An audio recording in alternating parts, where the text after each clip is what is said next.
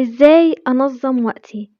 قبل ما نتكلم عن تنظيم الوقت خلينا نعترف بحاجة مهمة، إن احنا مش مشكلتنا إن اليوم قصير.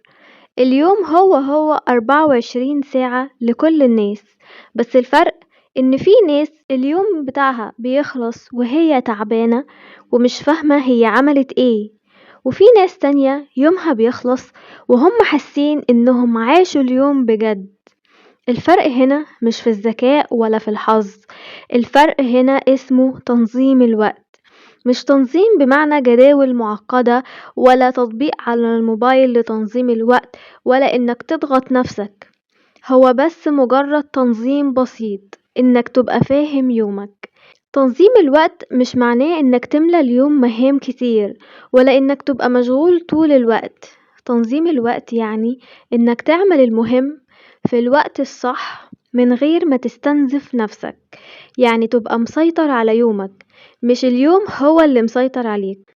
المشكلة الحقيقية ان الناس فاكرة ان مفيش وقت، او ان اليوم بيطير، لكن الحقيقة الوقت مش بيضيع، احنا اللي بنسيبه يتسرق في الموبايل، أو في التفكير الكتير، أو في التأجيل، أو في إننا نعمل حاجات مش مهمة.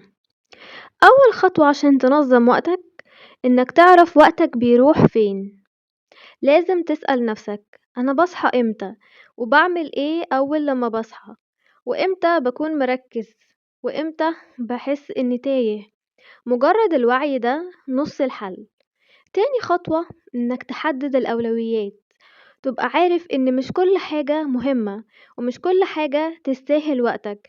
في حاجات مهمة فعلا، وفي حاجات عاجلة بس مش مهمة، وفي حاجات لا هي دي ولا دي.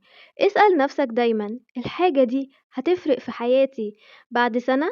لو لأ، يبقى ما تاخدش من وقتك كتير. تالت خطوة وهي قاعدة القليل المستمر. مش مطلوب انك تعمل كل حاجة في يوم واحد. نص ساعة تركيز أحسن من 5 ساعات وانت متشتت. اعمل وقت كل يوم للقراءة أو للشغل أو للتطوير، حدد فيهم مدة قليلة، ربع ساعة مثلا أو نص ساعة. ده أحسن من خطة مثالية ما بتتنفذش.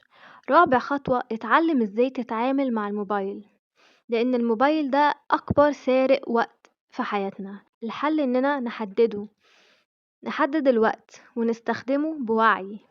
خليه أداة تفيدك، مش ملجأ للهروب. خامس خطوة وهي التخطيط اليومي. انت مش محتاج نوتة فخمة، هما ورقة وقلم بس. هتحدد 3 حاجات بس في اليوم على حسب أهميتهم. لو عملت ال3 حاجات دول يومك هيبقى ناجح. سادس خطوة، تعرف ازاي تتعامل مع التسويف، لأن التسويف ده مش كسل، التسويف خوف من الفشل أو من التعب. اتعلم ازاي تواجه نفسك.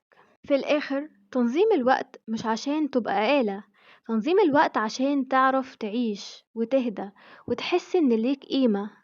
ابدأ ببساطة، ابدأ النهاردة، ابدأ بخطوة. مش لازم يومك يبقى مثالي، بس يبقى ملكك.